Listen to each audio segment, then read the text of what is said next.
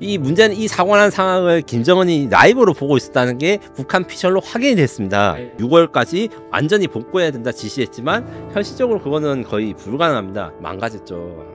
망가진 게 거의 100% 북한 역사상에 남을 최악의 사고로 기억되지 않을까. 저의 핵심적인 이 최연함의 위협적인 모습 같은 경우에는 결국 김정은이 쏴라고 명령하면 그 즉시 쏠 수 있다. 대한민국이 세계 최초로 레이저 무기 실전 배치했다. 예, 그렇죠. 이거는 국뽕이 아니다. 네, 다만 올해부터 지금 방산 ETF 수익률이 100% 정도 다들 받고 있어요.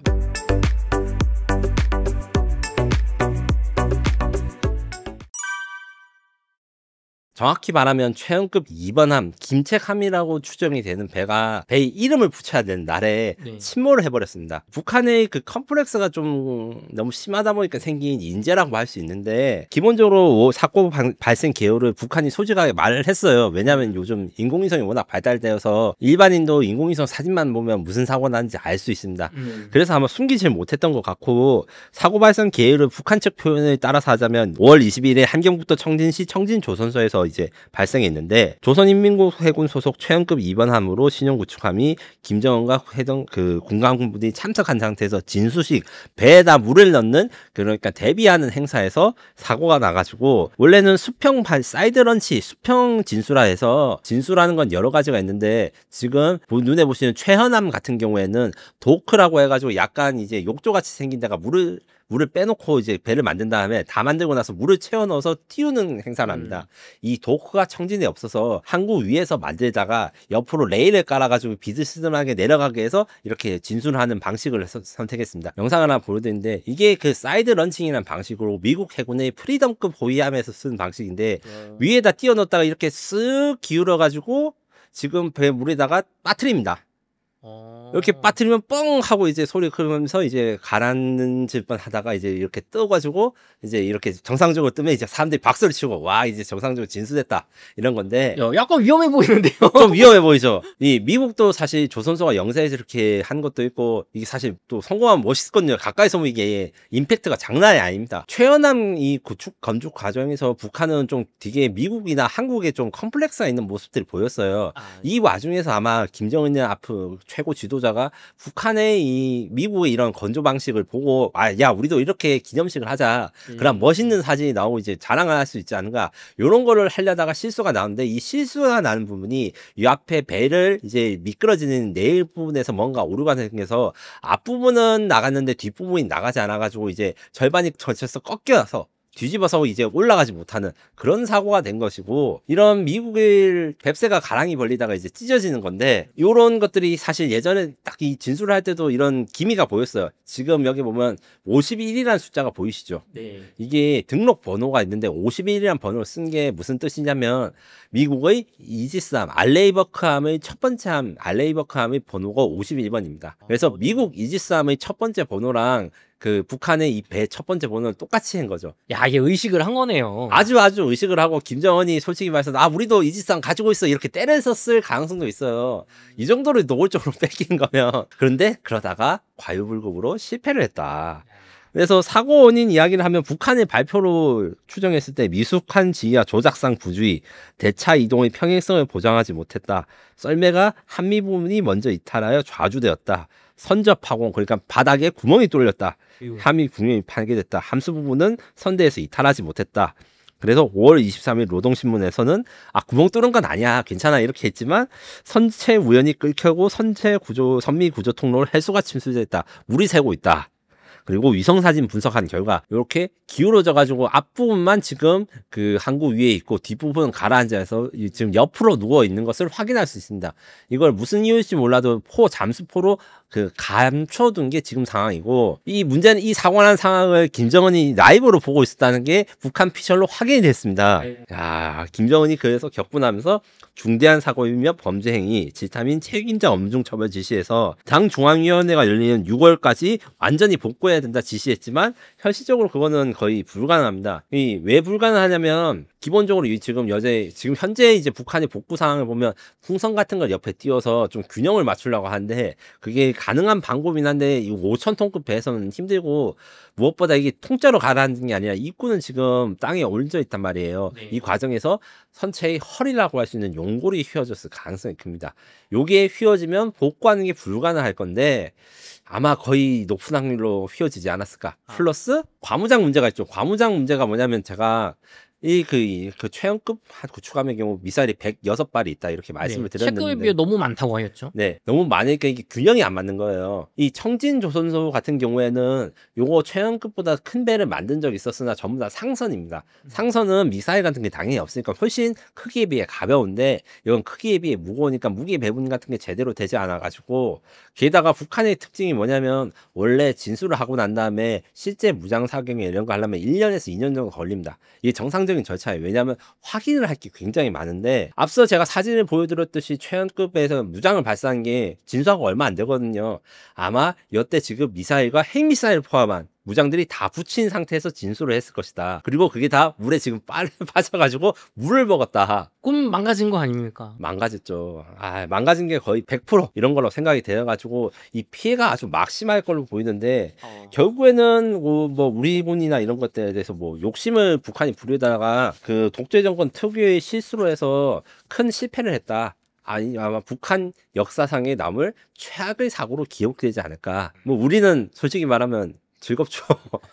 이게 바닷물 먹으면 다 장비들도 망가지는 거죠. 배를 혹시 살리더라도. 복구를 할 가능성이 있긴 있으나 이게 해수 침수라는 게 굉장히 무섭습니다. 연본이 있기 때문에 전자장비, 비싼 미사일 이런 것들을 복구하는 것은 거의 불가능하고 특히 용골이 휘어졌으면 아마 그대로 폐기 처분을 해야 되는데 김정은이 최고존엄이 뭐 6월달까지 복구를 하라 했으니까 앞으로 지금 6월 2일 제가 지금 녹화 날짜 기준으로 6월 2일로 한 달 안에 복구를 할 수 있을 가능성은 적다. 만약에 실제로 복구를 한 걸 보여주면 그것은 가짜일 것이다. 이런 생각이 듭니다. 이게 또 근데 말씀하신 게 김정은은 지금 막 밑에 사람들이 막 질책하고 있는데 엄중 처벌한다고 하는데 이 사람도 특기가 사람 죽이는 거 아닙니까? 맞습니다. 그리고 이게 문제가 있는 게 이게 실패를 한 과학자들을 용서해 주는 게 다른 사람들이 다 마음이 착해서 그런 것도 있지만 뭐 민주국가니까 기본적으로 실패의 원인을 분석하고 해결할 때 실패를 낸 사람들이 가장 잘 파악합니다. 엔지니어적인 관점에서는. 그런 관점에 대한 생각이나 없이 그 김정은이 이제 몇 명을 죽일지는 지금 몰라요. 발표를 북한이 안 해서. 하지만 지금 잡혀간 걸로 치면 우리나라로 치면 방위사업총장부터 시작해가지고 뭐 해군 참모총장, 책임자, 뭐 현장 엔지니어까지 모조리 다 잡아갔다고 하는데 김정은이 분기를 못하면서 이 사람들 다 죽이면 아마 북한의 함성과 그 다음에 이제 해상 무기 개발 능력이 좀 후퇴할 것으로 생각합니다. 하지만 화를 참지 못하겠죠. 이게 또 보는 앞에서 그랬다고 하니까요. 예, 이 엄청난 사고입니다, 이게. 근데 이게 따지고 보면 아까 기자님이 얘기해 주셨지만 보통 우리나라 같으면 이런 사이드 런칭을 잘 안 하려고 하고 그다음 무장도 빼고서 안전하게 무게를 줄이고서 이제 차근차근 단다고 했잖아요. 여기는 자기 욕심에 다 다른 거 아니에요. 시간 일정을 맞추기 위해서 무리한 일정을 하고 처음 시도한 건데 검증이라든가 테스트 없이 한 게 제일 문제다 이렇게 말씀드릴 수 있습니다.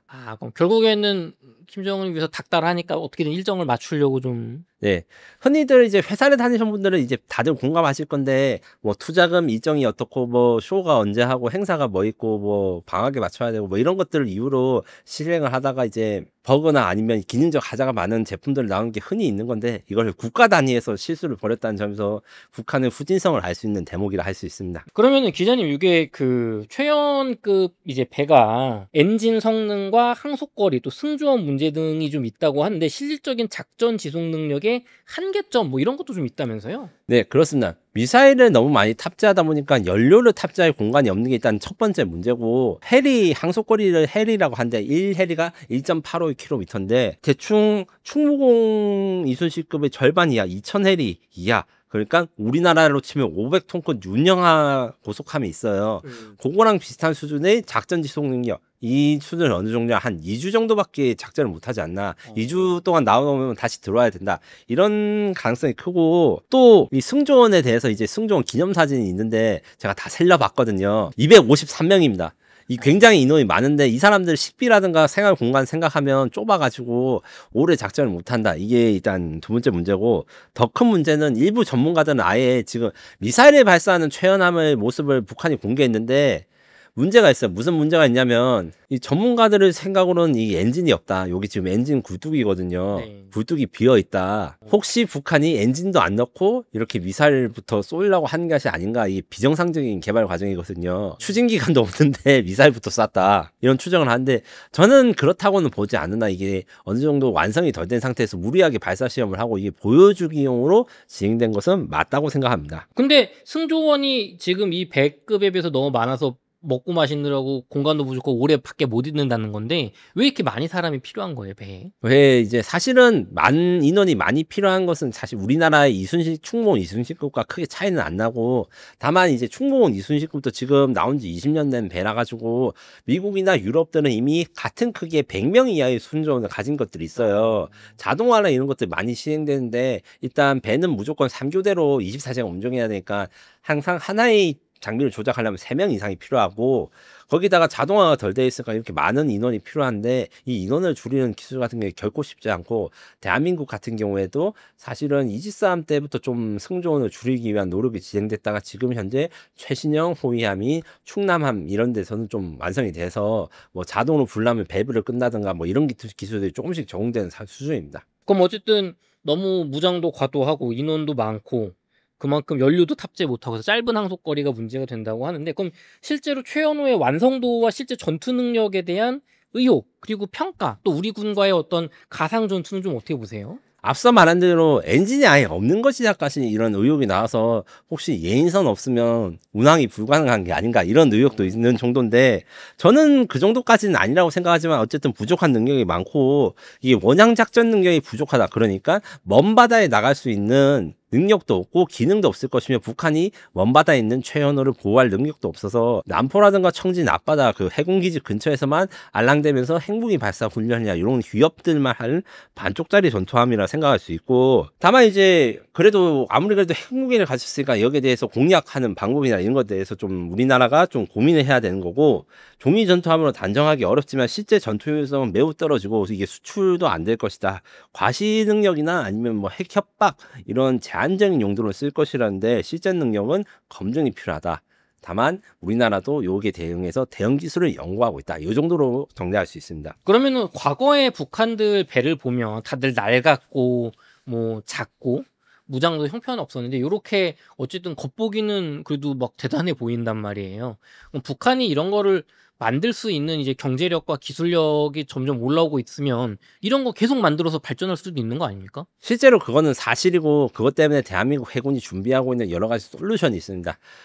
지난주 부산에서는 마덱스라고 하는 해양 방위산업 전시회에서 이가 열렸는데, 거기서 제가 주목할 만한 것은 이런 배들을 공격하기 딱 좋은 배들이 좀 나왔어요. 드론 자폭 공격 보트들이 이제 우리나라에서도 만들기 시작해서 하나오션과 LIG 넥스원들이 각각 한 종류의 자폭 무인 보트를 했는데, 이 중 하나오션의 모델 같은 경우에는 위성으로 통제를 받고 군집으로 해서 인공지능을 동원해서 여러 배의 드론 보트들이 포메이션을 만들어 가지고 적을 향해서 함선에 공격하는 기능이 있고, LIG 넥스원이 만든 드론 보트 같은 경우에는 3D 프린터로 만들어요. 네.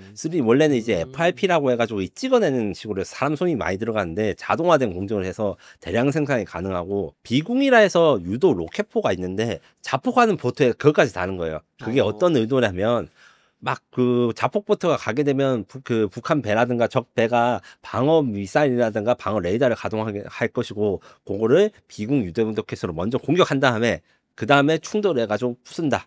이런 식으로 아주 저가 하지만 최신 기술을 사용해서 대량 운용이 가능한 이런 신개념 무기들이 우리나라가 이미 먼저 만들고 있기 때문에 아마 가까운 미래에서 북한이 이렇게 되면 손해가 많이 갈 것이죠. 우리가 훨씬 싼 자산으로 공격이 가능하니까 이런 것들에 대해서 우리가 대비를 이렇게 하고 있다. 이렇게 말씀드릴 수 있습니다. 그러면은 이제 그 과거 얘기를 조금 가볼게요. 북한이 천안함 사건도 그렇고 과거에 우리 연평도 포격 사건도 그렇고 먼저 약간 국지적 도발 또 해상에서 약간 공격을 하는 경우가 있지 않습니까? 특히 우리나라 체급이 작은 배들에 대해서 앞으로는 좀 그런 거를 우리가 당했을 때 과거처럼 피해를 겪지 않고 우리가 좀 이겨낼 수 있는 게 좀 보완이 됐는지요? 네, 천안함 사건 이후에 일단 우리나라는 잠수함에 대한 대응 능력을 굉장히 많이 연습을 해서 앞서 말한 TACM이라고 하는 어뢰 음향 방어 체계, 그러니까 적이 어뢰를 쐈을 때 기만할 수 있는 이런 것들을 모든 전투함이 달았을 뿐만 아니라 원래 우리나라 전투함의 약점으로는 대잠 탐지 능력, 쉽게 말해가지고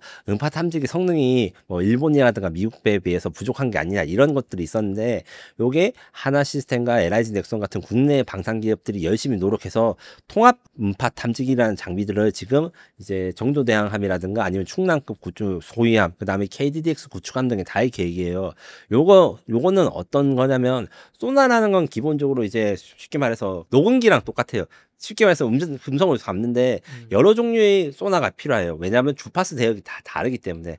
그런데 예전에는 이 다른 종류의 주파수 대역을 가진 음파 탐지기가 각각 다른 사람들이 자꾸 어떤 큰 소리가 도주파가 들려 저주파가 들려 이랬는데, 이거를 하나로 뭉쳐서 정보 융합을 해가지고 통합적으로 파악할 수 있어서 탐지 능력이 매우 높아진 이런 것들을 가지고 있고, 이 외에도 이제 서해교전 같은 경우에선 북한이 고속정이 우리나라 공격, 잠수리 고속정을 공격해서 막 우리나라 장병들이 순직하는 사고가 있었는데, 이런 거에 대응하기 위해서 이제 고속함의 위력이라든가 아니면 이제 무장들을 확실히 이제 개선했고, 그 중에서는 LIG 넥슨이 만드는 비공 유도 로켓, 130mm 유도 로켓, 이런 것들이 북한의 고속정 사거리 밖에서 공격을 할 수 있어가지고 교전이 발생했을 때 일방적으로 우리가 공격할 수 있는, 이번에 인도 파키스탄 전쟁에서 이 파키스탄 공군의 전투기가 인도 공군의 전투기를 먼 거리에서 선제 공격한 것 같은 원리입니다. 기본적으로 그 장거리 사격으로 아웃레인지 공격이라 해가지고 적이 나를 쏘기 전에 먼저 쏠 수 있는 장거리 사격을 하는데, 이 최연함이 나오면서부터 이 127mm 함포라든가 이런 것들이 사거리가 좀 기니까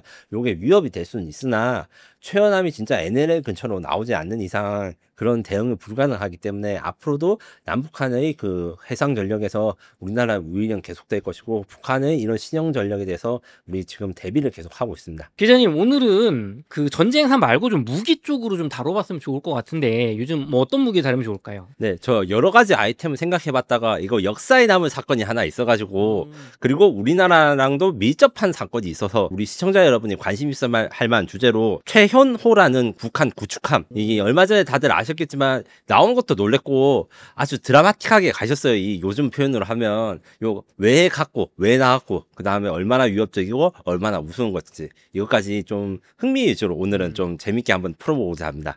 최연호함, 요거 제가 이름은 생소한데, 그 얼마 전에 북한에서 진수가 배가 만들어졌는데 기울어져서 넘어져서 침몰한 그 배 말씀하시는 거죠? 정확하게 말하면 그 배는 최현호는 아니고 최현호 2번환인데, 기본적으로 해서 배는 급이라고 있어요. 똑같이 생긴 배를 여러 척 만드는데 이름은 다 다르게 붙입니다.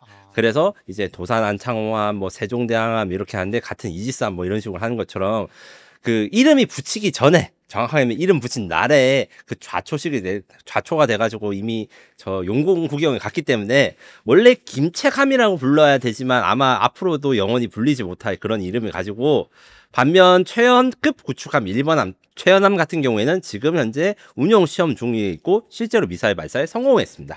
좋습니다. 이게 또 북한판 이지스함이라고 불린다고 하는데, 일단은 최연호함의 등장 배경과 북한 내부적인 의미는 뭐가 있을까요? 기본적으로 이게 북한이 그 함정에 부르는데 좀 원칙이 우리나라랑 달라서, 우리나라는 도산 안창호함, 세종대왕함, 함으로 붙이는데, 여기에서는 이제 황금 명판으로 최현호라고 붙였어요. 이게 북한의 고속함이나 역사적인 이름이 붙이기 때 소년호 이런 식으로 호를 붙여가지고 그런 건데, 문제는 제 친한 그리고 제가 존경하는 군사 전문가분 성함이 최현호님이 계신데 네.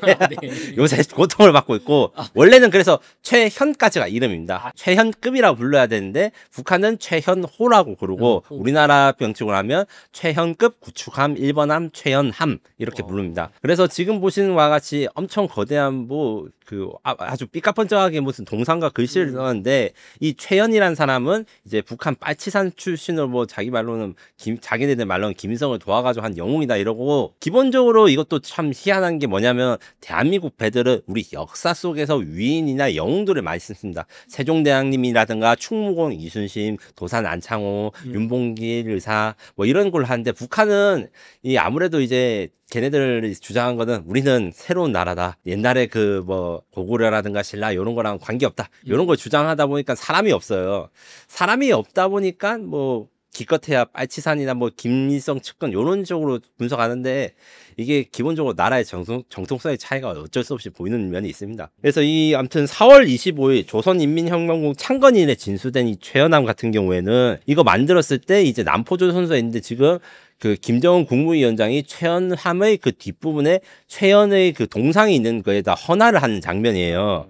이러면서 우리 국가 자위력의 새로운 상징, 핵전쟁 억제를 한 구성 부분, 다목적 작전력이 있는 위대한 전투함 뭐 이런 식으로 이야기를 했는데 쉽게 말해서 기존의 북한 해군이 없었던 것들을 그 기능 자체를 한 번에 업그레이드 시켜주는 엄청난 전투함이라 선전했고 이게 어느 정도 맞는 부분도 있습니다. 이게 저는 놀라운 게 기자님 그 김일성 국방위원장이 무릎을 꿇고 있어요. 예, 왜냐면 기본적으로 이제 그 빨치산 영웅들에 대한 신화가 정말 중요한 게 북한의 그 역사랑 정통성이고 그 중에서도 지금 최연이 지금 별 4개로 지금 돼 있는데 쉽게 말해서 우리나라로 치면 독립 영웅인 거예요.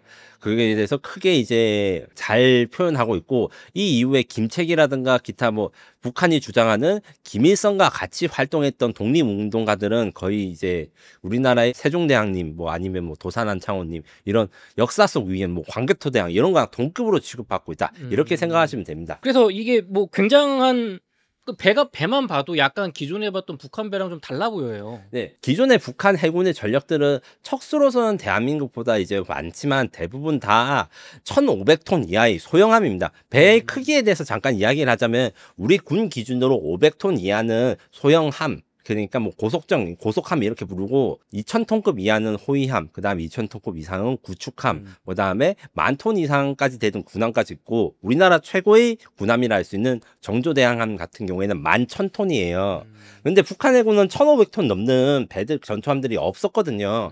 그러다가 북한 해군 역사상 가장 큰 전투함 약 5,000톤으로 추정되는데 길이가 140m 이상이고 배수량이 5,000톤 이상인데 요거는 한국 해군의 충무공 이순신급 구축함과 비슷합니다. 충무공 이순신급 구축함은 아마 이제 이렇게 말씀하시면 잘 모를 수도 있지만 청해부대 아덴만 작전이라 해가지고 우리가 소말리아에 해적을 퇴치하러 갈 때 이 충무공 이순신급 구축함을 파견시키고 아덴만의 연명 작전이라 해서 우리가 이제 해적에 납치된 우리 국민들을 구할 때 쓰인 배도 이 충무공 이순신급 구축함입니다. 해외에 나갈 수 있고 원양 작전이 가능하다. 이렇게 표현하는데 요거 같은 경우에는 대한민국이 6척을 가지고 있는데 북한은 이런 게 한 척도 없다. 이번에 처음 생긴 거고 그래서 과무장 수준의 미사일을 탑재해서 굉장히 많이 놀라고 있습니다. 8종류 106발의 미사일을 제가 집계한 바로 있는데 여기에 대해서 플러스 마이너스가 있지만 대체로 다 전문가들 비슷하게 생각하고 이거는 말도 안 되는 수치입니다. 이게 아니 배에 뭐 무기가 많으면 좋은 거 아닌가요? 왜 안 좋은 거예요? 과무장 뭔가 과하다는 얘기인데. 네. 그렇습니다. 이 과무장에서 좀 더 설명을 하자면 그 실제적으로 이 정도 숫자 된 무장은 사실 10,000톤급 전투함도 이 정도의 많은 미사일을 탑재하지 않아요. 대한민국 해군이 좀 과무장이라는 소리 들어요. 다른 나라에 비해서. 그러니까 미국 해군에 비해서 뭐 미국 해군의 이지스 구축함이 96발의 미사일 탑재할 때 우리는 128발을 탑재하고 뭐 이런 식으로 와 너네들 많이 실는다 했는데 북한은 그걸 더 뛰어넘은 거죠. 뛰어넘은 이유들은 여러 가지 설명을 하고 각각 기능을 하겠지만 아무래도 한 척 한 척을 만드는데 돈이 너무 많이 들다 보니까 몰빵을 했다. 이거고 요것이 뒷부분에서 제가 설명할 건데 북한 해군이 과욕을 불러와서 스스로 자폭하게 되는 계기가 됩니다. 좋습니다. 네. 문제가 있지만 어쨌든 미사일이 뭐 106발이나 들어간다. 네, 그리고 좀 더 구체적으로 어떤 미사일들이 들어가는지 설명을 해주자면 VLS라는 개념에 대해서 먼저 설명이 필요합니다.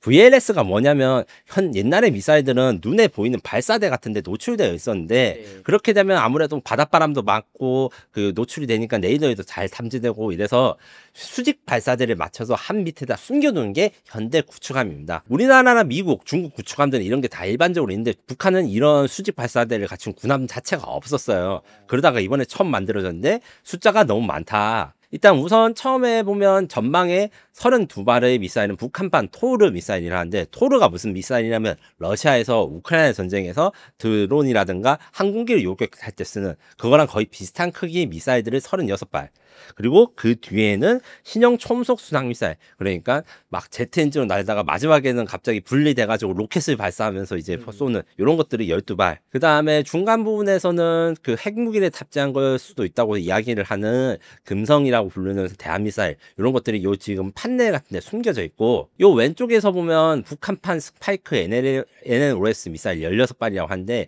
이 미사일은 무슨 미사일이냐면 우리가 서북 도서를 지킬 때 북한 해군의 함정을 공격하는 이스라엘제 미사일이 스파이크 NLOS 미사일이에요. 이게 어떤 거냐면 직접 조종사가 미사일을 마치 드론처럼 조정하면서 적게의 발에 명중하기 때문에 속도가 빠른 배들을 공격할 수 있는 소형 미사일이거든요. 이것과 거의 비슷한 성능의 미사일들을 갖췄고, 이 뒤에서는 또 대한 미사일, 그 다음에 핵 순항 미사일, 그리고 맨 마지막에는 북한판 SLBM이라 불리는 KN-23 해상형이 있습니다.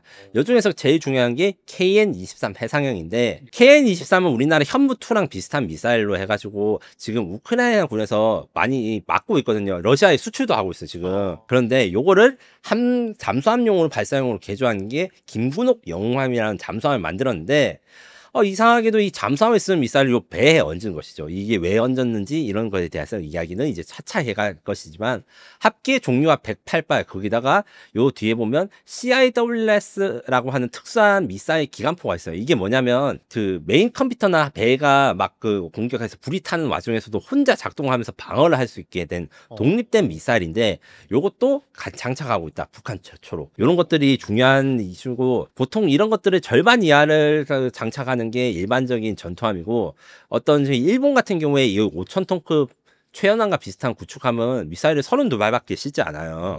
그러니까 얼마나 많이 과무장인지 알 수 있다, 이렇게 설명을 드릴 수 있는 거죠. 그 기자님, 지금까지는 북한이 저런 배를 만들지 못했던 게 기술력이 없어서 그랬던 거예요? 돈이 없어서 그랬던 거예요? 둘 다입니다. 기본적으로 이제 이 최연함에 대해서 어디에서 들어 기술을 받는가, 여기에 많은 추측이 있긴 한데, 이제 러시아제나 중국제 군함과 비교했을 때 사실 비교 대상이 없고, 이상하게 우리나라 이지스함이라든가 우리나라 구축함이 많이 닮아 있어요. 그래서 혹자는 해킹을 해서 막 이거 빼내온 거 아닌가, 이런 썰을 많이 푸시는 분도 있는데, 그 USB 자료나 이런 걸로 해가지고 이런 배 같은 자료를 그대로 만들 능력은 없고, 왜냐하면 장비가 다르기 때문에 데이터가 있어도 똑같이 만들지 못해요. 대한민국 조선 산업이 생각보다 굉장히 대단하기 때문에, 반도체 이야기를 하자면 TSMC 설계도가 있다 해가지고 그거를 뭐 중국이나 아니면 러시아나 이런 데서 복제 생산 못하는 거랑 똑같은 원리입니다.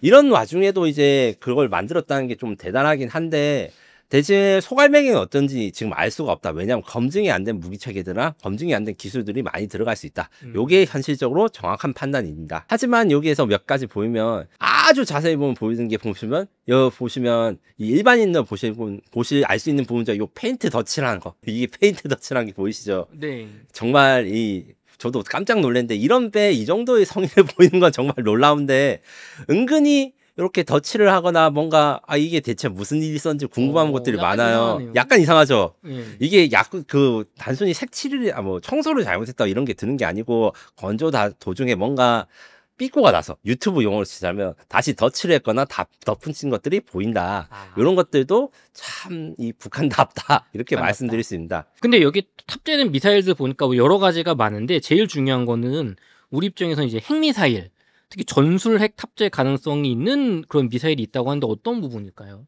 네, 지금 두 가지 부분을 말씀드려야 되는데, 전술핵 탑재 이전에 중요한 부분이 뭐냐면 북한 최초의 그 다층 방공 체계를 가졌다는 겁니다. 무슨 말이냐면, 여기서 제가 계산해 본 바로는 잠수함 공격 미사일이 8발, 그 배를 공격할 수 있는 미사일이 40발, 대공 미사일이 52발, 지상 공격 미사일 22발이고, 요 중에 지상 공격 미사일 중에 전술핵이 탑재되어 있을 수 있다, 이 이야기를 드리는 건데, 배랑 비행기를 공격할 수 있는 미사일이 굉장히 많은 이유는 최연함이 스스로를 지킬 수 있는 능력이 뛰어난 편이다. 화력면에서는 이런 거고, 요 같은 경우에는 북한판 천궁이라고 할 수 있는 신형 대공 미사일을 별지라고 부르는데, 요 발사 장면을 공개를 했어요. 요 같은 경우에는 우리나라 천궁과 비슷하게 해가지고 하는데, 앞서 말한 듯이 여러 종류의 대공 미사일을 갖추고 있어서 1차 공격이 실패하면 2차 공격하고, 2차 공격이 실패하면 3차 공격하고, 이런 3중 이상의 대공 방어망을 가진 게, 원래 우리 이집산 정도에서 가능한 걸 이거 최연함이 구현을 했다는 거. 그래서 공격하기 어렵다. 그리고 배로 이걸 공격하기도 어렵다. 이게 문제고, 가장 중요한 거는 이제 마지막 맨 뒤에 있는 10발의 함대지 탄도미사일. 위치로 치면 지금 김정일 무릎 꿇은 요 앞에 있는 요번 통째가 미사일 발사대인데, 원래 요게는 헬기를 집어넣습니다. 헬리콥터 경락고를 집어넣는 게 일반적인 설계인데, 그거를 다 없애고 미사일로 채워 넣었어요. 요게 설치된 미사일은 이제 전술핵탄두라 불리는 화산 31을 탑재한 KN-23 해상형인데 요거 같은 경우에는 좀 문제가 있죠. 왜 문제가 있냐면 왜 잠수함에 쓰는 미사일들은 왜 배에다 넣을까? 요게 있는데 과거 사례를 찾아보면 이탈리아가 예전에 딱 한 번 한 적이 있습니다. 60년 전에. 왜 그랬냐? 미국이 핵미사일을 공유를 해주는데 잠수함용 핵미사일을 공유해줬는데 이 잠수함만 탈 게 없어가지고 어쩔 수 없이 2차 세계대전 때 쓰던 순양함에다가 그 미사일을 얹은 적이 있거든요. 네. 그 이후로 이런 식의 시도를 한 역사가 없어요. 그래서 거꾸로 말하면 잠수함이 뭔가 문제가 있다. 그 문제에 대한 썰은 천천히 풀어나갔지만 김군옥 영함, 뭐 SLBM 잠수함을 가져가지고 막 탐지가 어렵다, 막 이런 식으로 호들갑을 던 적도 있는데 이게 좀 문제 해결을 못하니까 배에다가 얹은 것이 아니겠는가 이런 이야기를 하고 이 외에도 지금 보시고 있는 거는 이제 순항 미사일이라 해가지고 제트 엔진에 타는 비행기 같은 미사일 이런 것들을 실제로 탑재를 하는데 이게 토마호크 같은 것도 있는데 토마호크라고 할 수 있어요. 이런 다양한 미사일을 탑재해서 화력만큼은 우리가 긴장할 만하다 이렇게 설명드릴 수 있습니다. 그러면은 기자님 그 전술핵탄두 화산 30일 이제 탑재 가능성이 있다고 하셨는데 그럼 배에서 전술핵을 쏠 수 있는 거 아닙니까? 네, 맞습니다. 그럴 수 있는 능력을 가진 것으로 추정됩니다. 그러면은 이게 이 배가 우리나라 가까이에 와가지고 이렇게 딱 쏘면은 우리 지상에서 쏠 때는 뭐 미리 탐지가 가능하다면서요? 네, 그렇습니다. 지상에서 쏠 때는 사실 TEL이라고 해가지고 이동식 발사대를 사용하는데 우리가 그 TEL을 추적할 수 있는 능력이 상당 부분 갖추기 때문에 그 대응이 가능하고 배 같은 경우에도 배도 상당히 크기 때문에 이게 길이가 140m니까 인공위성으로 잡기는 어려워요. 지금 우리 기술로 대신에 그 해상 초계기라 하는 우리나라의 이제 P8 포세이돈 이런 비행기로 쉽게 원거리에서 탑재할 수 있습니다. 다만 빨리 발사하고 빠르게 쏠 수 있다. 이게 좀 우리나라한테 위협적인 부분인데 무슨 뜻인가 하면 잠수함에서 만약에 김군옥 영웅왕 같은 잠수함에서 SLBM을 탑재한다 이러면 제일 큰 문제가 뭐냐, 잠수함에는 우리가 잠수함 찾기도 어렵지만 북한도 그 잠수함이 어디 있는지 알기 어려워요. 통신을 해서 발사 명령을 해야 발사할 거 아니에요. 근데 잠수함에다가 발사 명령을 내리기 위해서 특수한 전파가 필요한데 이 안테나가 30에서 40m입니다. 엄청 높아요. 우리나라에도 2개소의 비밀이 있는데 말이 비밀이지 가까이 가면 너무 높아서 사실 다 보여요.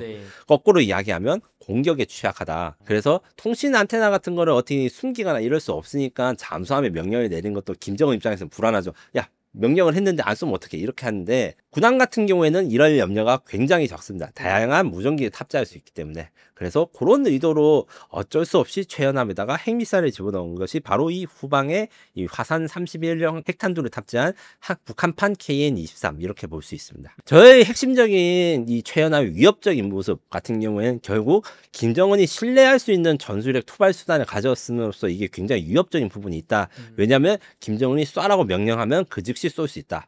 TL 같은 그 지상에서 발사하는 미사일 같은 경우에는 그 지하기지에 잘 숨겨져 있다가 지상으로 나와가지고 운전을 해야 해요. 근데 그 TL을 실제로 보시면 엄청나게 큽니다. 거의 30m 가까이 된 길이라서 그게 움직이는 걸 모를 수가 없어요.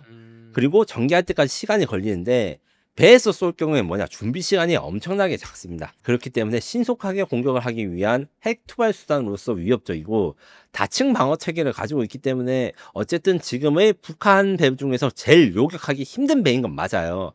그거 때문에 우리나라가 이미 거기에 대해서 대응책이라든가 여러 가지 대응책을 가지고 있지만 기존보다 조금 더 까다로워진 북한의 핵무기라고 볼 수는 있는 거죠. 기자님, 최연호의 독특한 시읒자형 수직 발사대 VLS 설계의 이유가 있다고 하는데 이거 뭐 어떤 얘기예요? 이게 잘 모르겠어요. 요거를 쉽게 이야기를 하자면 북한에 항상 신무기를 했을 때 민간 정보를 분석하거나 군 정보를 분석하는 전문가들은 여기에 일단 어디서 나왔는지 이거부터 추적합니다. 이 부품은 어디서 떼왔겠구나. 어느 부분에서 하는가 이 오리진을 추적하는데 북한이 카피도 잘하고 그 다음에 기술력이 떨어지니까 신무기를 내었을 때 자기 기술력을 할 게 좀 적거든요. 이 중에서도 근데 전문가들이 보기에 이건 북한이 좀 연구를 한 부분이고 경험이 있구나. 여기서 상당히 놀란 게 시읒자형 수직 발사기인데 이 시읒자형 수직 발사기가 뭔지 설명해 드리자면 이 수직 발사기가 수직으로 서 있는 게 아니라 약간 기울어져 있어서 이 뚜껑이 시읒자 뚜껑이다. 이런 건데 그래서 약간 기아라고 해야 하나 그 지붕처럼 돼 있는데 요게 북한만이 가지고 있는 독특한 방식이 나름대로 이유가 있습니다. 무슨 이유가 있는가 하면 북한은 이 VLS에는 콜드 런칭이라는 방식을 쓰는데 콜드 런칭이 뭔지 설명을 드리면 이 수직 발사기에서 미사일을 발사할 때 아예 그냥 폭약으로 발사를 하는 게 이제 한 런칭이라 해가지고 흔히들 그 이지스함에서 미사일을 발사할 때 보면 그 구름이 팍 올라와요. 그게 한 런칭이고 콜드 런칭은 가스 발생기를 사용해가지고 이런 연기나 화염 없이 뽕 하고 쏘아 올린 다음에 미사일이 작동해서 날아갑니다. 이 콜드 런칭 방식의 경우 러시아 쪽 기술인데 문제가 있어요. 이게 깔끔하고 피해가 적은 대신에 그러니까 주변에 화염 피해라든가 이런 게 적은 대신에 이 가스 발생기가 잘못하면 자기가 자기 미사일에 맞아서 죽습니다. 실제로 북한 말고 이제 러시아 쪽에서 S-300이라는 F 이런 이제 대공 미사일 발사할 때 실패가 돼서 미사일을 뽕 하고 발사했는데 그 자리에서 떨어지거나 아니 옆에 바다에 떨어지는 이런 영상들이 실제로 있거든요. 그런 것들을 해결하기 위해서 기울여서 조금씩 쏘면 이 떨어질 때 떨어지더라고 자기 쪽으로 되돌아오지는 않는다. 이런 걸 알고 있기 때문에 이런 경험이 들어갔다. 북한이 나름대로 연구를 열심히 하는 거나 이런 부분을 볼 수 있는 게 이 시어자형 수직 발사대의 개념입니다. 그러니까 기존에 한 런칭이라는 건 저 안에서 불 붙여서 빵 쏘는 건데 이제 배에 데미지가 갈 거고 콜드 런칭은 이렇게 뿡 하고 이렇게 힘으로 날린다 여기서 불이 붙어서 날아가기 시작하는 거 말하는 거죠? 그래서 뿡 하고 날아갈 때 잘못 뿡 하고 나면 자기가 자기 미사일에 맞아서 터질 수가 있다. 여기 수직이면은 실패하면 요대로 바로 내려지니까요. 약간 옆으로 쓰면 바다로 떨어질 테니까. 정확한 표현이시고요. 요거에 대해서 나름 생각을 했구나. 참고로 대한민국은 콜드 런칭, 한 런칭 기술을 둘 다 보유한 몇 안 되는 국가인데 이게 거의 미국, 러시아, 중국, 한국만 가지고 있다고 해도 과언이 아닌데 그 중에서도 러시아는 좀 기술력이 떨어지고 우리가 미국과 중국 그 다음에 3대 정도 발사대 강국이라 보시면 됩니다. 그런데 우리나라는 이런 식으로 쓰지 않는 이유는 여러 가지 기술 발전을 해서 한 런칭을 해도 이게 배가 상하지 않도록 튼튼하게 만들어졌거든요. 근데 북한은 불안하다. 이런 의도가 있다고 생각하시면 됩니다. 그러면은 이제 미사일 외에도 함포나 어뢰 같은 그런 무장들도 굉장히 많이 실려 있다고 하는데 그런 건 뭐가 있을까요? 네, 지금 보시는 것이 지금 최연함의 127mm 함포인데 이것도 나왔을 때 굉장히 이제 많은 화제가 되었어요. 무슨 말이냐면 북한이 큰 배가 없었다고 제가 말씀드렸잖아요. 그 포도 큰 포가 없었는데 북한 최초로 대형 함포가 있었습니다. 함포의 기준은 이제 몇 밀로 치냐면 76mm, 57mm 이런 건 좀 소형, 그다음에 127mm, 155mm 이런 건 대형이라 하는데 대한민국 해군은 76mm야 127mm를 사용하고 북한 같은 경우에는 지금까지 127mm 포가 없어가지고 어떤 문제가 있었냐면 포가 크고 두꺼울수록 더 멀리 가기 때문에 지금까지는 우리나라 해군의 함정이 북한 해군 함정보다 더 먼 데서 일방적으로 쏠 수 있었습니다. 이걸 해결하기 위해서 북한이 어디에선가 127mm 포를 가져와가지고 했는데 요거 같은 경우에도 여러 가지 디자인을 보다가 처음에는 사람들이 러시아에서 수입을 한 게 아닌가 이렇게 생각을 했는데 그게 아니었어요. 왜 아니었냐면 러시아는 130mm라는 구경을 쓰는데 북한에서 127mm를 쓴다고 이미 인정을 했고 요 포의 모양이 이탈리아 오토브레다라는 사에서 만든 127mm 함포랑 거의 똑같아서 본사 미국 이탈리아 사람들도 놀랐대요. 우리가 저거 판 적이 없는데 눈으로 보고 복수했거나 아니면 내부 장비는 전혀 다르더라도 상당 부분 유사한 부분이 있을 거로 생각이 됩니다. 이게 있고 어뢰 발사관 같은 경우에 지금 눈에 보이진 않는데 김정은이 지나가면서 김주애랑 지나가면서 한번 지나봤어요. 지금 여기서 배에서 볼 때 이 배 왼쪽과 오른쪽 이쪽 부분에 있는데 우리나라는 324mm라는 직경의 어뢰를 쓰는데 김정은의 팔뚝이나 다리 두께를 생각했을 때 500mm 그러니까 잠수함에 쓰이는 중어뢰 헤비 토피도를 달고 다니는 것 같아요. 이게 배를 움직이는 게임 같은 거 하신 분들 좀 이해가 쉽게 하는데 북한은 아무래도 미사일이나 이런 것도 좀 불안하니까 어뢰를 실제 잠수함에 쓸 만한 큰 배 다른 나라에서 쓰지 않는 걸 좀 사용하고 있고 이 외에도 이 30mm 유견장 기관포가 여기 위에 있는데 요 같은 경우에도 근접 방어 그러니까 적이 들어올 때 그 배 보트라든가 아니면 조간 비행기 같은 걸 요격할 수 있는 그 능력이 있습니다. 야, 그럼 이게 지금 보니까 뭐 배에 무장이 그냥 주렁주렁 여기저기 다 달려 있어요. 백화점을 차렸다고 해도 틀린 표현이 아니고 뒤에서 말하겠지만 이런 것들이 다 자신들의 발목을 잡게 돼 있습니다. 저런 게 근데 또 게임에선 좋지 않습니까? 그쵸. 잘 아시고 계시네요. 게임에서 공격력이 좋으니까. 맞아요. 하지만 이제 실제 운영하는 거랑 다르다. 좋습니다.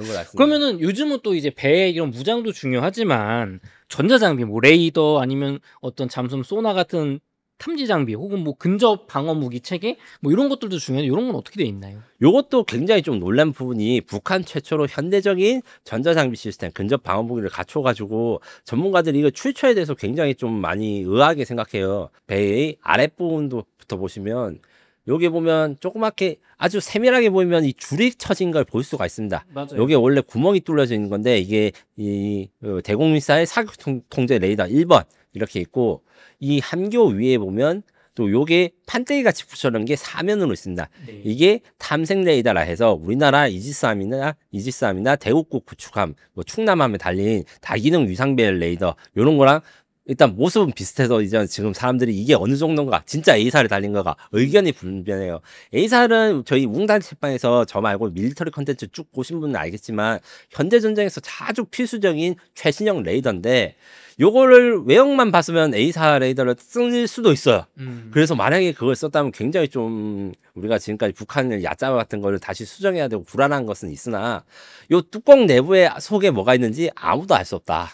요런 문제가 있고 요 위에 지금 사각형으로 된 레이더 요 두 개 같은 경우에는 추적 레이더라 해서 대공 미사일 쏠 때 일단 탐색으로 적이 어디 있는지 이제 찾아내고 적을 발견하면 계속 레이더를 방향을 돌려가지고 그쪽으로 추적하는 레이더 있어요. 요거 장비가 있고 이 왼쪽에 보면 이제 전자전 장비 우리나라는 소나타라고 부릅니다. 소나타가 원래 이제 약자가 긴데 그 개발자 분들이 그때 당시 소나타를 타고 있어서 멋있어 보여서 이제 썼다. 이런 썰이 있는 그 국방과학 연구소에서 만든 전자전 장비인데 이 북한판 소나타라고 하는 재밍 방위 전파를 쏴가지고 이제 적을 교란시킬 수 있는 것도 있는 것 같아서 장비로 보면 굉장히 현대적이다. 하지만 요게 기능이 작동을 하고 있는가 여기에 대해서 의문도 많고 가짜라고 하는 분도 많아가지고 반신반의해요. 저는 어떻게 생각하냐면 개별적으로는 이게 다 만들 수 있는데 이걸 따로따로 만드는 걸 하나로 합쳐가지고 게임 UI로 치면 적이 어디 위치에 있는지 한 화면에서 다 보여줘야 되는데 이게 통합이 안 되면 이 레이더에서 탐지한 좌표는 여기 있고 저 레이더에서 탐지한 좌표는 다른 화면에 있고 이러면 적이 어딘지 정확하게 파악하기 어렵거든요. 이런 통합 능력에 대해서는 의문이 많다. 하지만 이 하드웨어 레이더 같은 거는 이제 북한도 상당한 기술에 올라왔구나 이렇게 긴장을 한다 이렇게 말씀드릴 수 있습니다. 또 러시아 우크라이나 전쟁에서 러시아를 지원을 하는 걸 공식적으로 양국이 이제 인정을 했잖아요. 그럼 러시아 쪽에서 기술 지원이 좀 들어왔을 가능성은 없을까요? 그 가능성으로 추적되는 게 CIWS 이야기가 있는데 여기서 보시면 이제 사람들이 이제 눈을 쳐다보고 하는 요 왼쪽에 있는 게 CIWS라고 합니다. 이 CIWS는 굉장히 고도의 그 무기 체계라서 그런데 왜 고도의 무기 체계냐? 기관포랑 미사일로 적 함선이나 적 대공 미사일을 격추하는데 이게 독립적으로 움직여요. 그러니까 아군 그 전투함선의 레이더가 파괴되거나 아니면 지휘소가 이렇게 파괴되어도 독자적으로 움직일 수 있게 되는 거라서 좀 기술력이 높고 우리나라는 아직 만드는 단계예요. 시제품만 나온 단계인데 북한이 이걸 가졌다 해서 보니까 이게 러시아산 CIWS랑 거의 똑같아. 그래서 다른 부분을 열심히 찾아봤는데 다른 부분이라는 게 뭐 뚜껑의 모양이라든가 네. 뭐 가슴 덮개 넓이 뭐 이런 것들이 막 조금씩 다르고 너무 똑같은 거예요. 그래서 러시아가 북한에 넘겨준 게 거의 확실하다 이런 이야기가 나옵니다.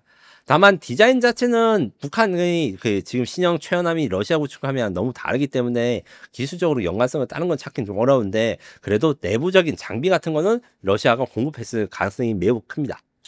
그러면 이거는 거의 군사 전문가 입장에서는 사실상 러시아가 준 거다. 네, 맞습니다. 그리고 KN-23 미사일 자체도 이제 처음에 우크라이나에 지금 수출될 때는 정확도가 떨어져가지고 러시아가 매우 항의를 했어요. 이것 때문에 북한의 미사일 총책임자가 우크라이나 전선 근처까지 가가지고 AS도 해주고 지금은 이게 정확도가 많이 올라갔는데 이 정확도가 올리는 과정에서 아마 러시아가 도움을 줬을 가능성이 매우 크고 이미 러시아랑 북한의 무기 거래 혹은 무기 기술 협력은 시작됐다고 봐야 합니다. 그러면 이게 과거에는 북한이 준 무기가 제대로 뭐 포탄도 불발나고 시원찮아가지고 러시아가 제대로 된 거 주기 어렵다 이렇게 보는 시각도 있었는데 지금은 러시아가 북한군 무기에 많이 의존을 하고 있는 상태인가요? 예, 그 수적으로 많이 의존을 한 상태고 다만 이제 기술적으로 북한 무기의 근본은 러시아 쪽이기 때문에 낮은 명중률이라든가 신뢰성을 러시아 기술자들이 고쳐주면서 공급을 받는다. 지금 제가 말씀드린 것 중에 KN-23 미사일도 있지만 이 외에도 각종 대전차 미사일이라든가 혹은 170mm 그 자주포 이런 것들이 지금 우크라이나 전쟁에서 관측되고 있다고 합니다. 이걸로 봐서 이제 러시아랑 북한이 서로 윈윈 관계를 가지고 된 건데 우리나라로서는 이게 좋지 않고 가급적 러시아가 북한과 손절하도록 여러 가지 유도라든가 좀 외교를 좀 손봐야 되는 시점에 완 거는 사실입니다. 또 근데 현대 전투함에서 중요한 요소가 이제 또 헬리콥터 운용 능력이라고 하는데 아까 헬기 경납고를 없앴다고 하셨잖아요. 예. 대신에 이 앉아 있는 부분 보면 이게 동그란 선이 있고 한데 이 헬기가 착륙은 할 수 있습니다. 근데 착륙한 다음에 넣을 데가 없어요. 넣을 데가 없으면 어떻게 되느냐? 이 헬기 갑판에다가 착륙한 헬기를 묶어 놓고 다녀야 되는데 이렇게 되면 비바람에 취약해지거나 최악의 경우 손실될 수가 있습니다. 안전하게 수납을 해야 되는데 그 수납 능력이 없는 이유를 여러 가지 생각해 봤는데 일단 북한이 헬리콥터가 있긴 있으나 노화된 것이 많고 그 해군에 줄 헬리콥터가 없는 것 같아요. 그래서 여기 있는 헬기 착륙장은 정말 비상시에 김정은이 탈출을 할 때나 쓸 그런 용도로 쓰기 위해서 남겨둔 게 아닌가 이런 생각이 들고 여기에 없다는 것은 이 최연함이 겉으로 보기에는 굉장히 발전된 구축함이지만 헬리콥터가 있고 없고의 차이는 잠수함을 먼저 잡을 수 있는 이 능력의 차이가 있거든요. 왜냐하면 잠수함을 잡기 위해서는 음파 탐지기 소나라는 게 필요한데 배에도 소나가 있긴 있어요. 하지만 배 자체에 소음이 있지 않습니까? 배가 막 그 엔진이 돌리는 소리도 있지 않고 이러면 소나의 효율이 떨어져서 멀리 있는 잠수함들을 찾으려면 헬기가 원거리에서 디핑 소나 그러니까 디핑 소스 하면 이제 찍어 먹는 거잖아요. 네. 그렇게 손가락을 찍어 먹듯이 소나를 바다에 담가 가지고 이제 탐지를 할 때 헬기 소리가 거의 안 들리거든요. 하늘에 있으니까. 그러면 엄청 잘 그 전파를 그 음파를 잘 잡아냅니다. 이런 것들의 다양한 기능들을 쓸 수 없어서 전체적인 전투 능력은 매우 제한된다. 이렇게 말씀드릴 수가 있어요. 그러면 이 헬리콥터 경납고 있고 없고 실을 수 있느냐가 사실상 대잠 방어나 대잠 공격에 굉장히 취약하다. 그 능력이 제한적이다라고 볼 수 있는 건가요? 맞습니다. 거기다가 지금 헬기가 있으면 어떤 것이 되냐면 제가 앞서 말했는데 그 충무공 이순신함이 지금 아덴만에 가서 해적 퇴치 임무를 벌였다 이렇게 했잖아요. 네. 해적 퇴치라든가 주변의 그 치안 업무를 하기 위해서 헬리콥터가 필수적인데 그런 것도 하지 못합니다. 결국 이것들은 사실상 북한 해군이 멀리서 이 배를 보내거나 할 작전 능력이 없으니까 뭐 북한 지금 이 남포항에서 건조됐는데 북한 그 수도 근처라든가 항구 근처에서만 작전하고 이럴 가능성이 매우 큽니다.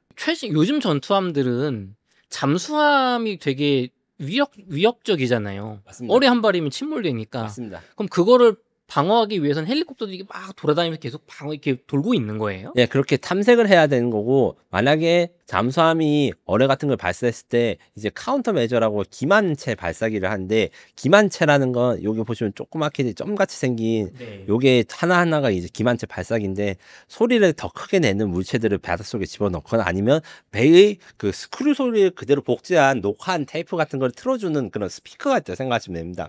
그런 것들을 사용해서 피하게 되는데 우리나라의 경우에는 TACM이라는 장비가 있어가지고 우리 거의 모든 전투함이 탑재되는데 이것도 모든 전투함이 탑재가 되지 않았다가 그 다들 기억하시겠지만 우리가 천안함 사건이 벌어졌을 때 그 천안함에는 이 어뢰 대항 체계 그러니까 어뢰를 좀 회피할 수 있는 게 없어가지고 이 안타깝게도 우리 용사들이 돌아가셨는데 지금 그런 대항 체계 없으면 이렇게 쉽게 잠수함이 당할 수 있으니까 현대적인 배들은 대부분 다 그 카운터 메저라고 하는 어뢰 대항 체계를 가지고 있습니다. 그럼 이 최연호 요 배가 우리나라의 어떤 국지적인 도발을 한다거나 그런 식으로 사용될 염려는 없을까요? 제가 보기에는 김정은이 정말 정신이 나가면 최연호를 일부러 노출시켜서 와 우리 핵무장 가지고 있는 배가 있다 이런 식으로 보여주면서 압박을 할 가능성이 있는데 뭐 압박을 할 수는 있죠. 핵무기를 가질 가능성이 많으니까. 하지만 가장 중요한 전략적 자산을 공격받기 쉽게 노출한다는 것 자체가 국가로서는 하면 안 되는 일이기 때문에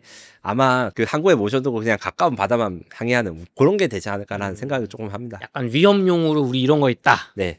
과시용 뭐 이런 과시용. 식으로 할 수 있습니다. 기자님, 저희가 여태까지 그 북한의 최연함에 대해서 이야기를 해봤는데 우리나라 전투함 그리고 뭐 항공모함 그다음에 어떤 드론함 이런 거의 발전이 엄청나게 놀랍다면서요? 네, 기본적으로 우리나라는 사실 기술 발전이 그렇게 빠른 편은 아니었어요. 왜냐하면 미국이 만든 개념을 가지고 우리나라가 완성된 걸 들여왔는데 최근에 들어온 AI 양자 기술 같은 신 4차 산업이라고 하죠.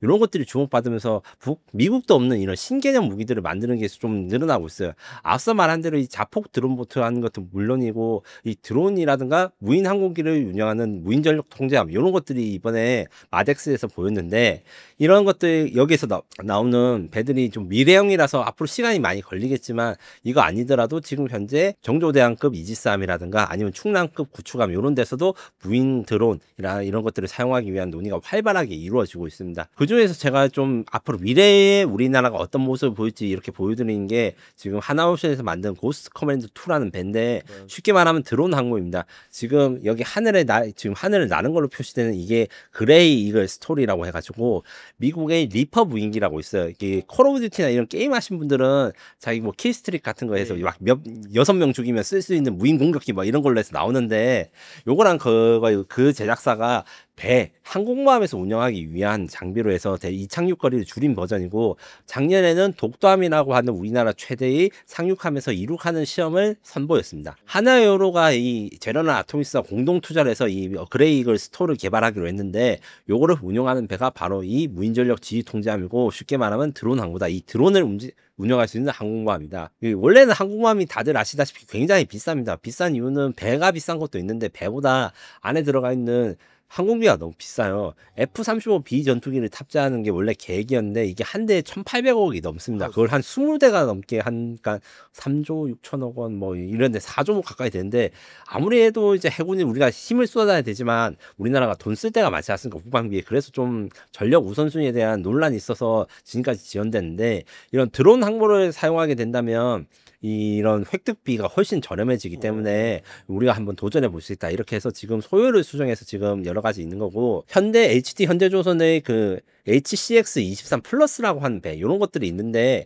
이런 것들에도 특징이 아직 보면 지금 약간 거북선 같이 생겼어요. 이것들은 이제 드론을 운영하는 그 때문에 일반적인 항공모함의 모습을 가지고 있지 않습니다.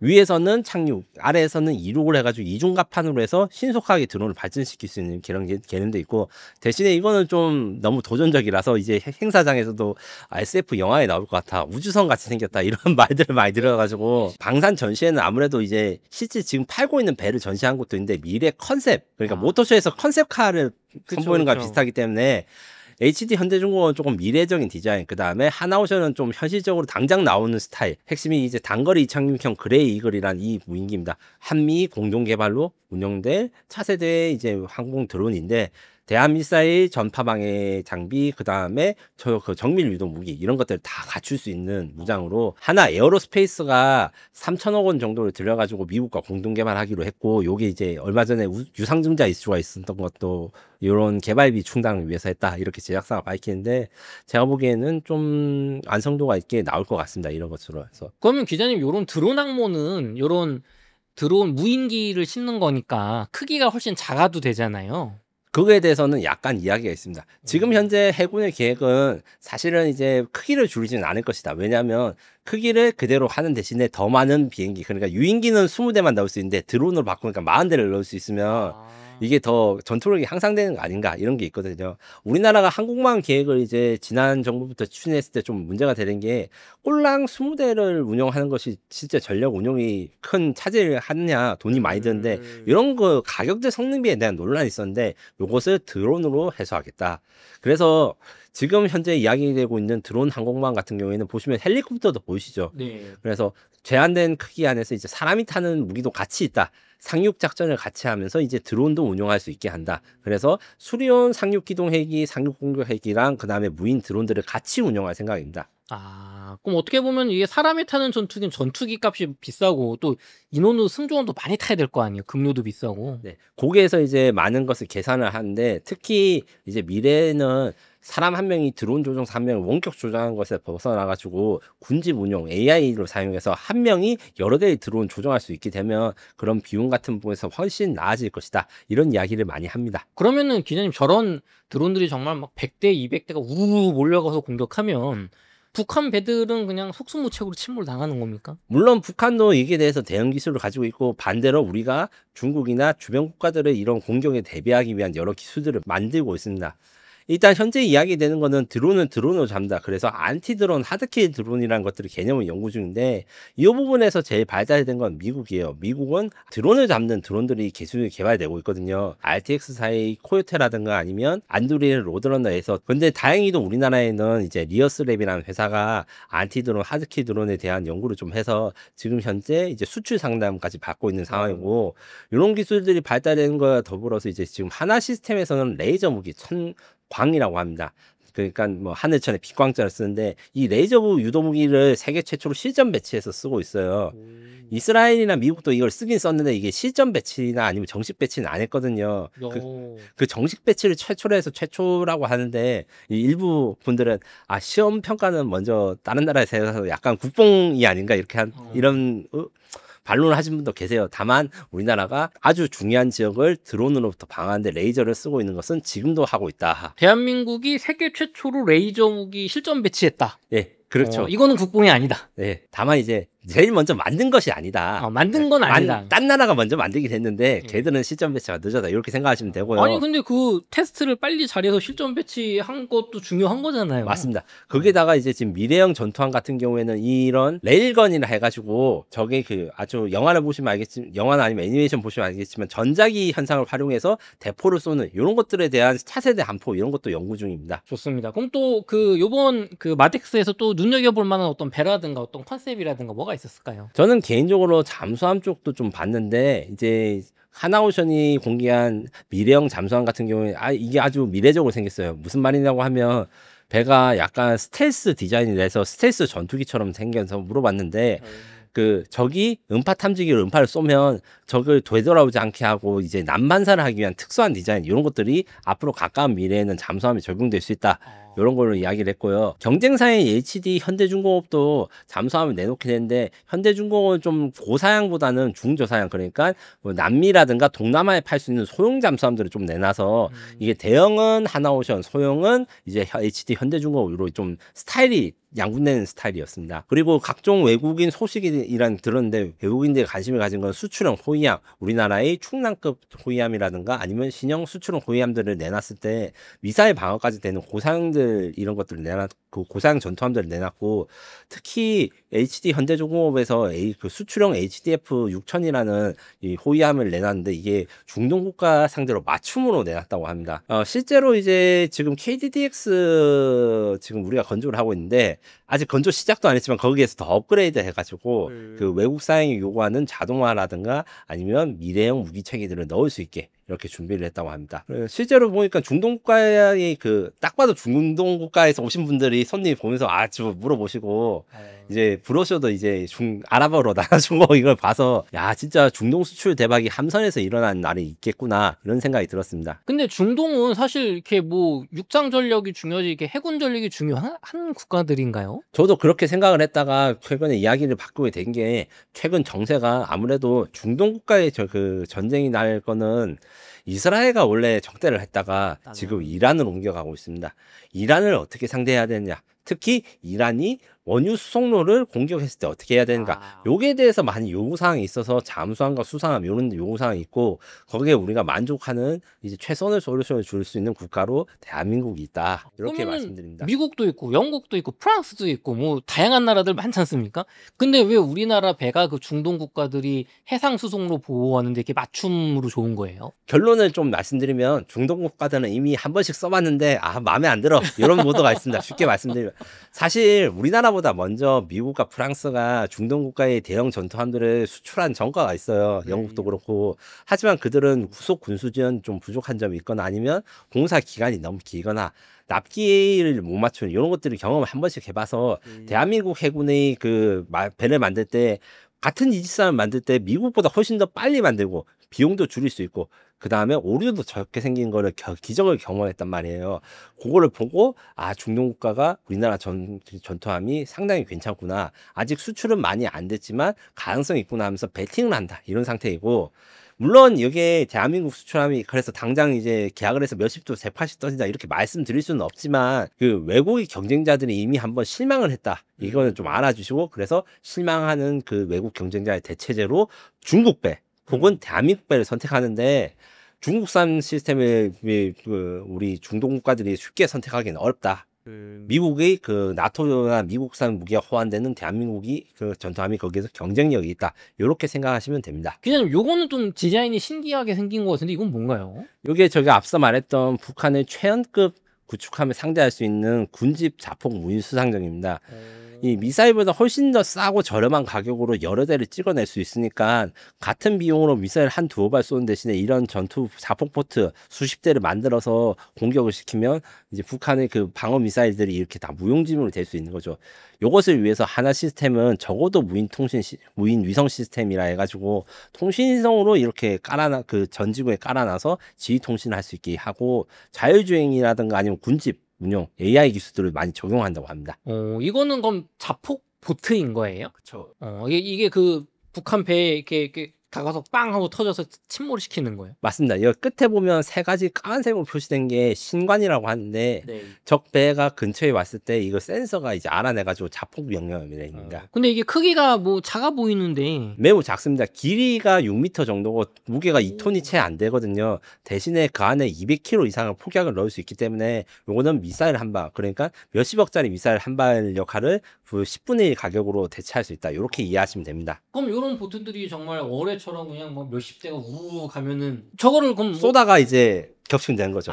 이게 막 총으로 이렇게 맞추다가 하나만 통과해서 딱 자폭하면 되니까. 네, 영화를 보시면 그 영화 속 장면들이 실제 현실 전장으로 오는 것입니다. 그럼 반대로 북한이 저런 거 만들면 우리는 막을 기술이 있나요, 기자님? 대한민국 기술도 해서 소형 자폭 무인기를 대응하기 위해서 아재 레이저 무기라든가 혹은 드론을 사용해가지고 저가 드론으로 소형 자폭 무기에 대응하는 기술 이런 것들이 있을 수 있고 그 다음에 북한의 자폭 드론이나 자폭 무인 수상정이 적외선 탐색기를 가지고 적을 추적하기 때문에 이걸 기만할 수 있는 적외선 연막이라든가 아니면 물을 뿌려가지고 뭔가 기만을 하든가 이런 특수한 기술도 연구 중입니다. 야, 이게 좀 무기의 발달이 놀랍다는 생각이 듭니다. 기자님 같은 경우는 K방산에 투자하라 책의 또 저자이시기도 한데 요즘 그런 의견들이 있어요.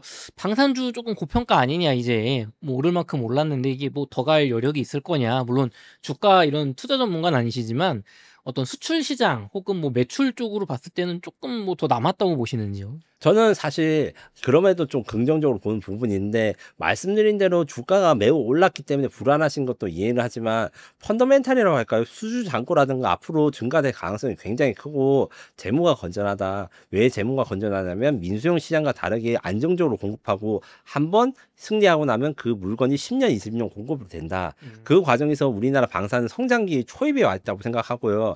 다만 이제 좀 우려 사항으로 될 수 있는 거는 이제 우리나라 방위 사업들이 그 잘 될수록 그 뭐라 해야 되나 서로 집안 싸움이 좀 있어요. 이번 전시에서도 HD 현대중공업과 이제 하나오션의 치열한 그 기싸움들이 보였고 얼마나 더 화려한 부스를 내는가 이런 것들에 대해서 많이 노력을 하셨는데 다만 이제 그 업체 간의 경쟁이나 이런 것들이 잘 이제 경쟁을 통해서 성능이 발전되면 다른 나라들을 압도할 수 있는 것이 된다. 다른 나라들은 사실 경쟁적으로 이렇게 하는 구도가 되지 못하고 있거든요. 그걸 잘 이용한다면 우리나라 K방산이 더 성장할 수 있다고 보되 이 열기가 과열되거나 아니면 잘못 해소되는 이런 것들에 대해서는 조금 경계가 필요하다. 이렇게 말씀드릴 수 있습니다. 좋습니다. 특히 좀 막 대출 받아서 연글 투자하시는 거는 좀 반대하시는 거죠? 예.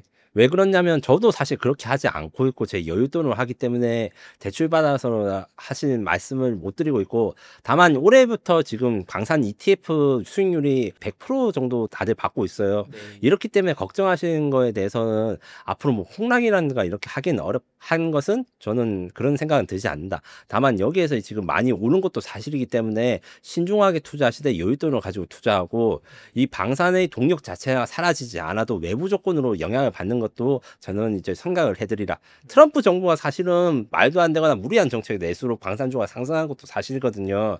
결론적으로 말하면 이게 트럼프 정부가 좀 기행을 벌인 거지 모든 미국 정부 관료들이 트럼프 생각에 동조하는 것이 아니에요. 정상화가 될 가능성도 있고 이러면 미국이 무기 수출이라든가 아니면 무당한 외교적 압력을 갑자기 해소하고 리스크가 해소되면 생각보다 전 세계 평화가 올 수도 있어요.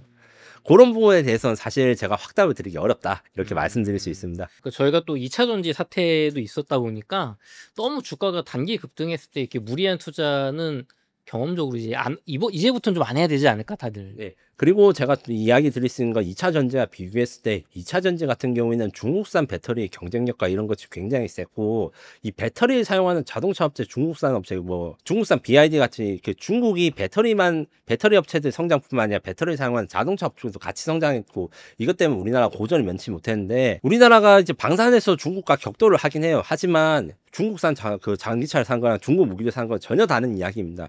미국의 세계 질서에 들어갔느냐 들어가지 않느냐 이런 것에서 대한민국 무기는 미국을 건드리지 않으면서도 중립을 지키거나 아니면 미국이 원하지 않는 그 틈새 시장을 갖는 무기로서 이제 경쟁력이 있기 때문에 지금도 중국산 무기와 우리나라 무기가 경쟁을 하고 있지만 이게 단순히 중국 무기가 무조건 더 좋으니까 우리나라 방산이 망할 것이다 이렇게 생각하시면 안 된다 이런 말씀을 드리고 싶습니다. K방산은 그럼 미래는 밝다. 하지만 무리한 투자만 좀 하지 말자. 네, 맞습니다. 100% 오르기 전에는 작년에 조금 무리해서 공격적으로 해도 됐다는 거잖아요. 저는 솔직히 말해가지고 이제 여러 전문가들 말씀, 작년, 재작년에 굉장히 오른 것들은 기대가 많이 크고 그 다음에 기대에 대한 성과가 보이기 시작했기 때문이고 작년, 재작년과 같은 대형 성과가 하는 데는 이제 특정 국가들의 대박 이런 것들이 있었는데 특정 국가가 대박 특정 국가에서 10조 원 이상의 무기 수출이 나올 가능성이 사실은 있습니다. 있지만 이게 확답을 된다, 무조건 된다 이렇게 말씀을 드릴 수는 없는 이유가 무기 개발이 되긴 되지만 무기 도입이나 계약은 몇 년 길면 10년에 걸쳐서 되는 거기 때문에 제가 보기에 되긴 되고 그쪽에 산다고 했어도 그게 올해 살지 내년에 살지 모르니까 이게 주가 반영에는 좀 리스크가 있는 것이죠.